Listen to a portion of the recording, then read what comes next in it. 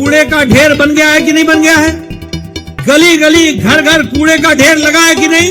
आम पार्टी ने कितने काम किए हैं? 200 यूनिट बिजली दी है गरीबों को फ्री। गरीबों को क्यों, अमीर भी तो इसका फायदा उठा रहे हैं। 200 यूनिट बिजली में बिजली फ्री है, बस सेवा फ्री है।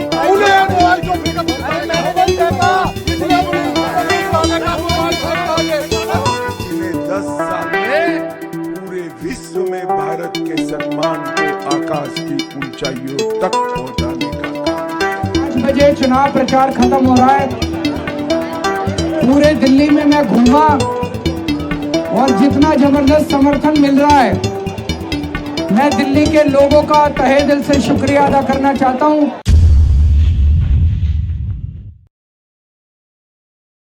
नमस्कार, आप सभी का स्वागत है। आज हम चर्चा करेंगे दिल्ली विधानसभा चुनाव 2025 के परिणामों पर। इस चुनाव ने न केवल दिल्ली की राजनीति में बल्कि राष्ट्रीय स्तर पर भी महत्वपूर्ण प्रभाव डाला है। आइए विस्तार से जानते हैं इस चुनाव के परिणाम, प्रमुख उम्मीदवारों की स्थिति और इसके संभावित प्रभावों के बारे में। 8 फरवरी 2025 को मतगणना के बाद भारतीय जनता पार्टी भाजपा ने दिल्ली विधानसभा की 700 में से 40 से अधिक सीटों पर बढ़त हासिल की है। ये 25 वर्षों में पहली बार है जब भाजपा ने दिल्ली में बहुमत प्राप्त किया है।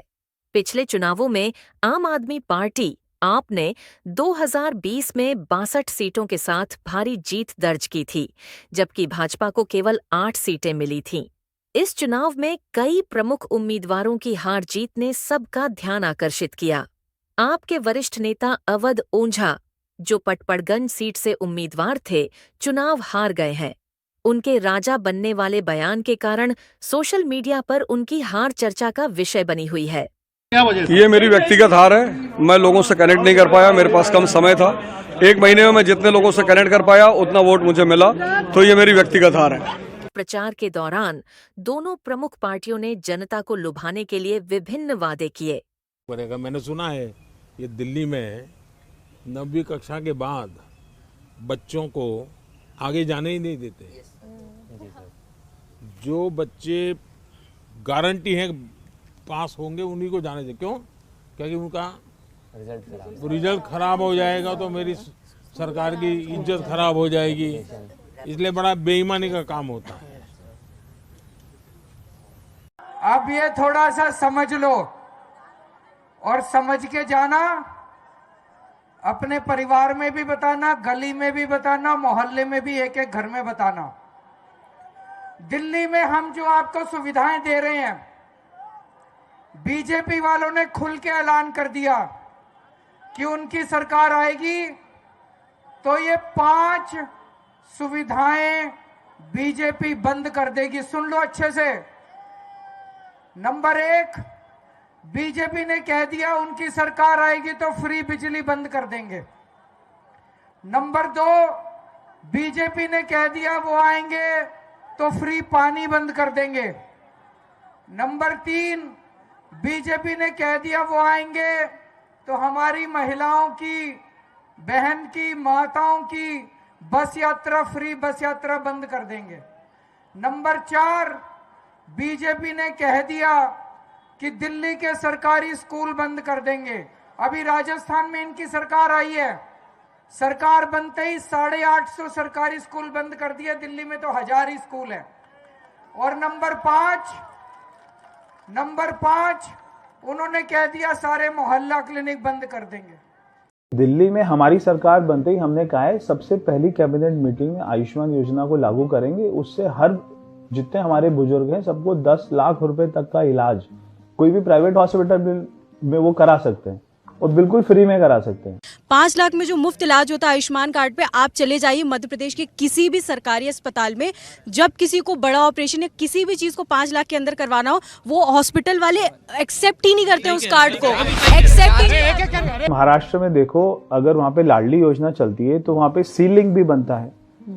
फिर आप देखो मध्य प्रदेश में लाडली योजना बनती है तो वहाँ पे रेवा का world largest solar power plant भी बनता है। मध्य प्रदेश की सरकार यानी भारतीय जनता पार्टी ने लाडली बहना योजना लॉन्च करी है। अम्मा 1000 रुपए मिल रहा है? नहीं मिला, ये नहीं मिला सर हमारे को। आ ही नहीं रहा, हमने कागज करवा लिया, पूरा बैंक में करवा दिया, पूरा किताब भी मिल गया, जब भी पैसा नहीं आ रहा हमारा। प्रधानमंत्री नरेंद्र मोदी और आप नेता अरविंद केजरीवाल ने सरकारी स्कूलों के सुधार, मुफ्त स्वास्थ्य सेवाएं, मुफ्त बिजली और गरीब महिलाओं को मासिक 2,000 रुपये की सहायता जैसे वादे किए। इसके अलावा हाल ही में केंद्रीय बजट में मध्यम वर्ग के लिए आयकर में कटौती भी भाजपा के पक्ष में गई। इस बार के चुनाव में 1,50,00,000 से अधिक पंजीकृत मतदाताओं में से 60% से अधिक ने अपने मताधिकार का प्रयोग किया। मतगणना 8 फरवरी को शुरू हुई, जिसमें शुरुआती रुझानों में भाजपा की बढ़त दिखाई दी। भाजपा की इस जीत के पीछे कई कारक हो सकते हैं।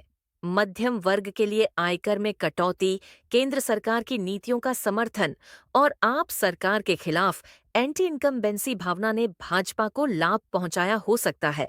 वहीं आपकी हार के पीछे उनके नेताओं के विवादास्पद बयान और वादों को पूरा न कर पाने की धारणा हो सकती है। इस चुनाव परिणाम के बाद दिल्ली की राजनीति में नए समीकरण बन सकते हैं। भाजपा की सरकार बनने से नीतियों में बदलाव की उम्मीद की जा सकती है। वहीं आपको अपनी रणनीतियों पर पुनर्विचार करना होगा और जनता के विश्वास को फिर से जीतने के लिए कड़ी मेहनत करनी होगी।